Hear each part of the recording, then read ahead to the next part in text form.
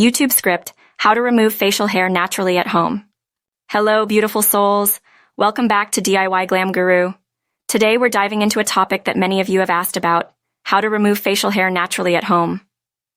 Let's start with a natural exfoliant. Mix a tablespoon of honey with equal parts of lemon juice and oatmeal. Gently massage this onto your face to remove dead skin cells and unwanted hair. Next up, turmeric paste. This golden spice has incredible benefits. Mix turmeric with yogurt to form a paste, apply it to your face, and let it sit for 15 minutes. Turmeric not only helps remove hair but also leaves your skin glowing. For a DIY waxing option, combine sugar, lemon juice, and water. Heat the mixture until it forms a wax-like consistency.